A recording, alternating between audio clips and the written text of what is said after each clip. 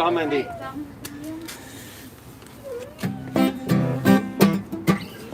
Yitzchak, come, let's go.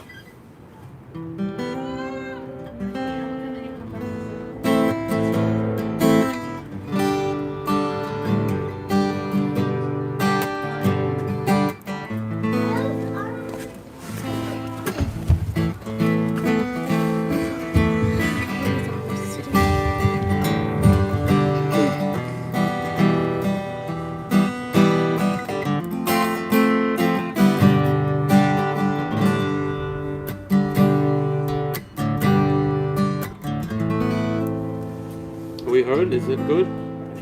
Check. Our producer is going to check that our microphone is picking us up. Wendy, come, you want to sing with us? Yeah. Okay, so come, you want to sit next to Yitzchak? You want to sit here in the corner? Come. No, you're going to sit right next to Tati. No, I want to sit here next to Tati. Over here? Yeah. But there's no pillow over there. I want to sit without a pillow. Without a pillow, okay. Without a pillow, okay. I don't think he's in the frame now, is he? Is he in the frame? I'm sitting next to Tati. Yay! Okay, we're going to start with a song from the I Slichot. want to sing songs. Salam Aleichem, Salam. We're going to sing that in the end, okay? We're going to sing a song from the Slichot service. Aramaic words, Rachamana de'aniye. God who hears the broken-hearted should hear our voices. Beautiful, melodic klezmer song.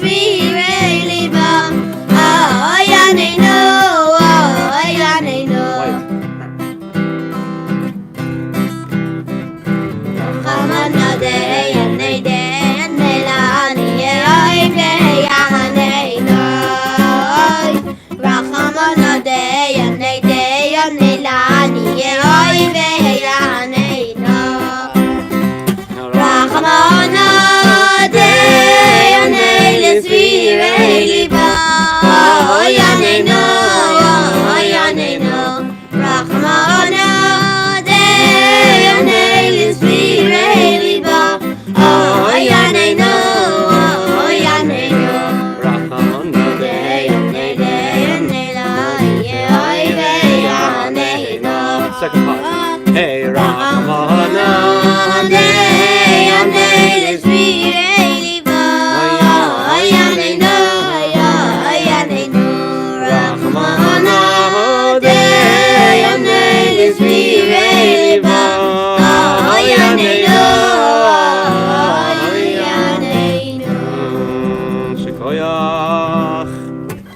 Alright, we'll sing one more song from the... I'm going to sing Shalom Aleichem. We're going to get to Shalom Aleichem, Andy, okay? You come with us a little closer? Yeah. And you can try to learn the songs as we sing them. This is a song from the Musaf prayer, I believe, Haben Yakir Li Ephraim. Haben Yakir Li Ephraim Yinein Avrivoy Eskerenu Oel Haben Yakir Li Ephraim Yinein Nelen Shashuhim Nidei Dabri Boy Zachor Eskerenu Oel Zachor Eskerenu Oel Da da da da da da da da da da da da da da Zachor Eskerenu Oel. You guys know the song?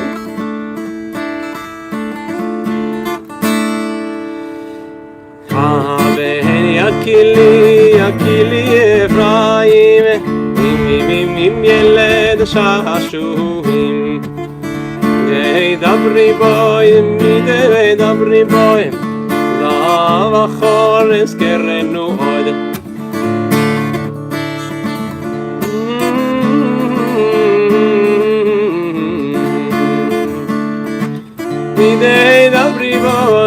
Zachor is kerenu, the Zachor is kerenu.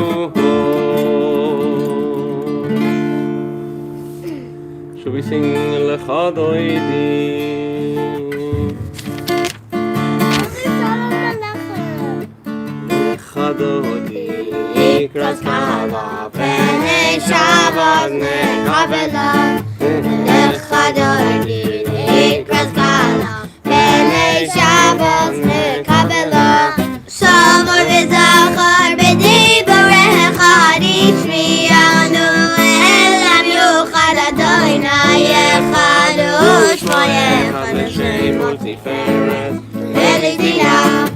Lecha Doidi, Ikras Kala, Pre-Shabbat nekabela. Likras Shabbat lechovenecha ki imekor haberecha merosh mikedem nesucha soy maser Shabbat tchila. Lecha Doidi, Ikras Kala, Pre-Shabbat nekabela.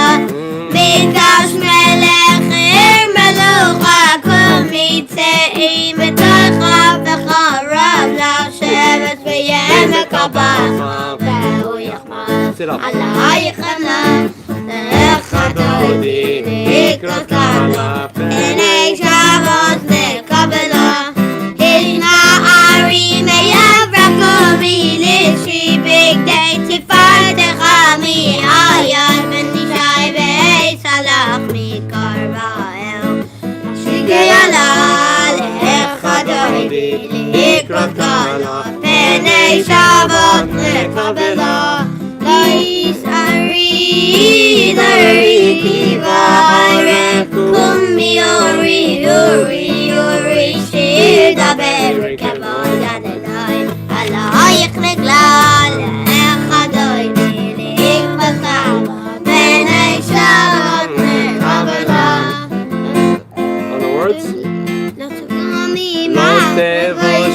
ולא תקרמי מה תשתכחי מה תמי אחרי חסו אני ימי ונמצא הראתי לה lecha doidi ikras kala Pre-Shabbat nekabela ואוילם ג'יסאי שעצאי פרחה כול מבלייך יחס עלייך אלוהייך כמסת חסד על כלה lecha doidi ikras kala Pre-Shabbat nekabela Let's do a solo. Two last ones, we'll do solos, okay? You start with the first one? 1, 2, 3, and... Yamin osmati frati v'yes Adonai tariti al yadi shbet parti v'nismecha nagila lecha doidi ikras kala Pre-Shabbat nekabela bayiv shalom ateret bala gam besimcha utahala toichem uneyam tegula bayichala lecha doidi ikras kala Pre-Shabbat nekabela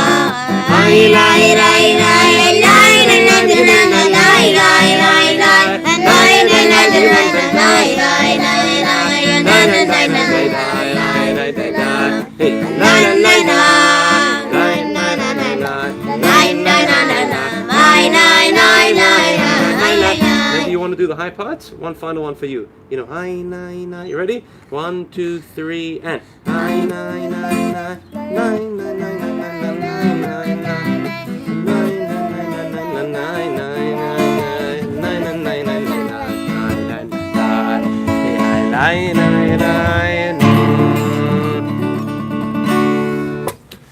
All right, one final song, Shalom Aleichem, to greet the Shabbos angels.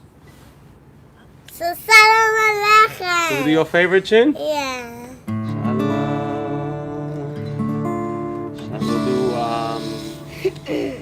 Should we do two like we usually do? Shalom Aleichem. We'll do one Shalom Aleichem, one Baruch HaShalom, one Baruch Huni, one Seischem. Okay? Huh? 1, 1, 1, 1. 1, 1, 1, 1. 2 of each, and then we'll do the chorus, and then 2 of each we'll do the chorus. Okay? Perfect. A microphone. Microphone. Okay. Da, 1, 2, 3. Malechem, malachei Yoshalayim, malachei Yoyim. Mi melech malachei Amlachim, HaKadosh Baruch Hu. Malachem l'shalayim, malachei Yoshalayim, malachei Yoyim. Mi melech malachei Amlachim, HaKadosh Baruch Hu. HaKadosh Baruch Hu.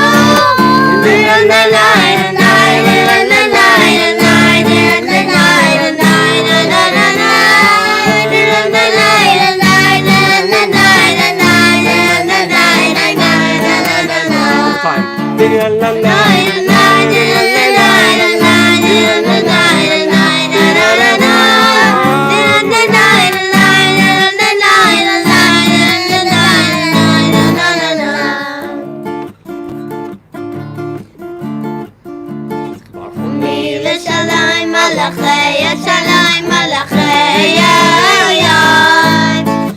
Mi melech malachei Amlachim, HaKadosh Baruch Hu. Tzidchem l'shalayim, malachei Yoshalayim, malachei Yoyim. Mi melech malachei Amlachim, HaKadosh Baruch Hu.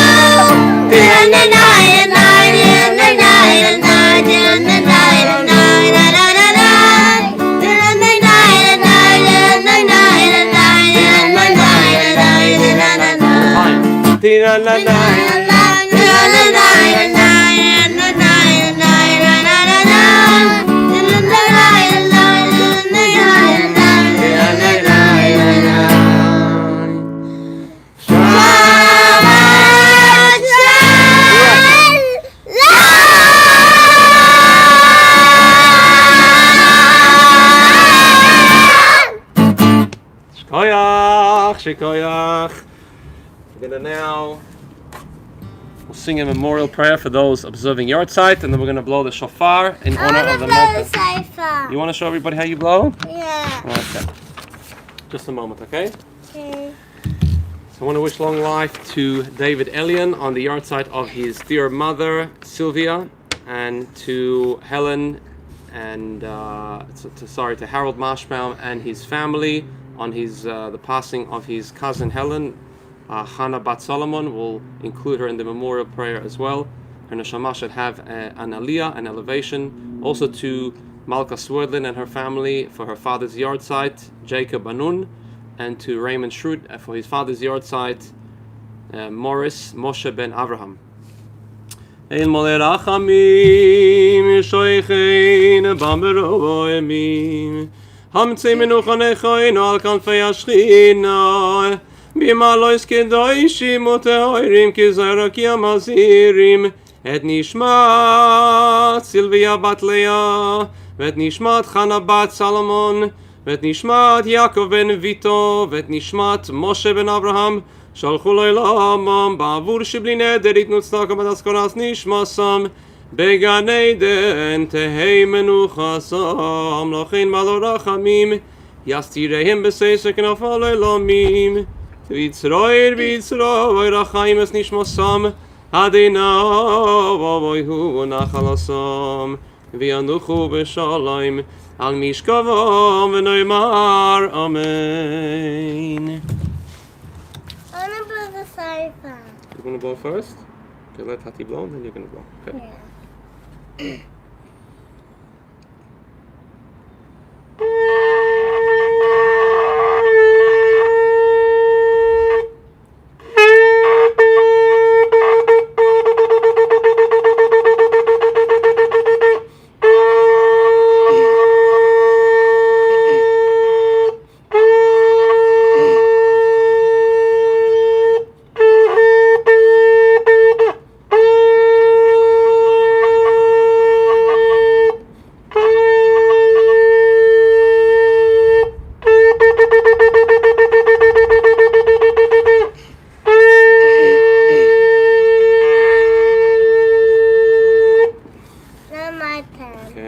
show everybody how he blows the shofar. Go.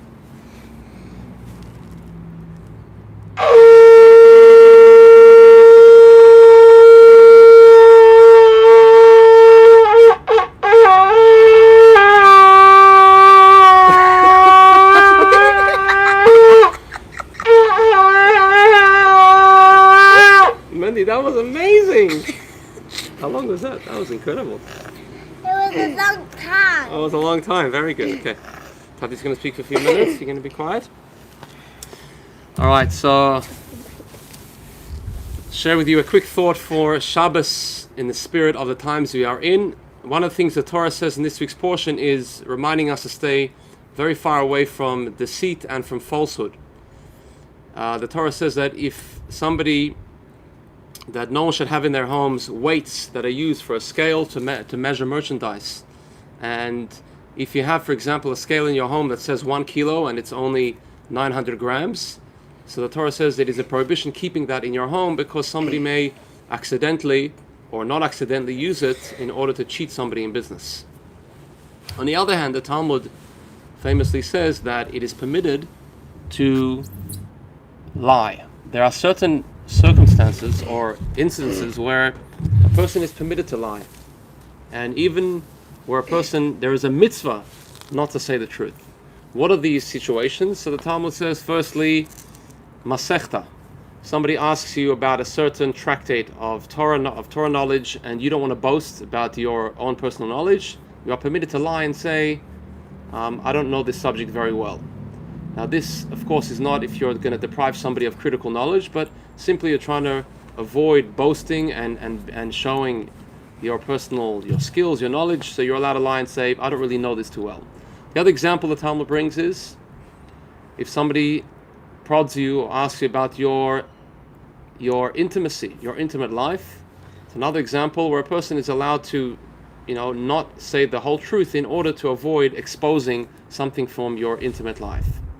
And the other example the Talmud brings relates to guests. Somebody comes to you and says, are you invited to this particular party? So, and you know that if you say, yeah, I am invited, that you are going to cause a rift, you're going to cause a fight, you're going to cause a broigas, because that person is going to be saying, why did they invite you? Why didn't they invite me? So a person is allowed to lie if the result would be that he will avoid a broigas. And the Talmud more broadly says that anything that has to do with peace between a man and his fellow, or a husband and their wife, there is a mitzvah to avoid saying the truth in order to maintain that peace. One example would be, your spouse asks you something personal, wants to know your response, and if you say the truth, they're just going to feel bad and get offended, whether it's about their looks or something else. So you could say the truth. How am I looking today? You say, oh, well, actually, your eyes look a little funny, and your cheek has got a... So you are allowed to lie in order to maintain the peace in a relationship. And the question obviously is, if truth is the ultimate value in Yiddishkeit, in the Torah, that we have to do everything we can to maintain the truth. And as the Torah says, midvar sheker tirchak, not only should you not tell a lie, but you should stay far away from falsehood. How is that compatible? How do we reconcile that with the fact that the Torah sometimes allows us to say a lie for the sake of peace? And the answer is something which I think we can appreciate very much in the times that we are in, and that is when two values clash. So, for example, you have the value of people's personal freedoms, or the value of people's religious worship, their ability to have a communal life, to pray, and you have a clash. What do? You have, on the one hand, people have a need to have religious needs, they have a spiritual need, they have a need to connect with Hashem in a particular way. On the other hand, you have an issue of health or an issue of people's freedoms. Those two things come together, and there could be a lot of debate how to do that. Do we give up people's freedoms, right? Do we give up people's religious needs? How do we balance those two things? And I'm sure you could think of many other such examples of when you have a dilemma where two equally important values come together and you have no choice but to give up one or the other. And this is a similar thing when it comes to the truth. The truth is a very high value in Judaism, in Jewish life, in the Torah's teachings. On the other hand, when the truth clashes with the value of peace, of shalom, so in certain cases the Torah says that the value of peace trumps the value of truth. That the mitzvah would be sometimes to avoid saying the truth, because by doing so you are maintaining the value of peace. And there are many, many teachings about how important it is, the concept of peace, of people being together in unison, not fighting. It says that the whole Torah was given to bring peace into the world. And Maimonides famously says that if somebody only has enough money either to buy a Hanukkah candle or to buy a Shabbat candle trumps, because the purpose of the Shabbat candle is to bring peace into the home, that when there's plenty of light and illumination, people are going to get along better, they won't be bashing into each other, and this will bring a spirit of harmony and peace into the home. So it could be uncomfortable sometimes thinking, how could I not say the truth? But we have to realize that there is a value which is higher than truth, and that is the value of peace, the value of people being together as one unit in a good spirit.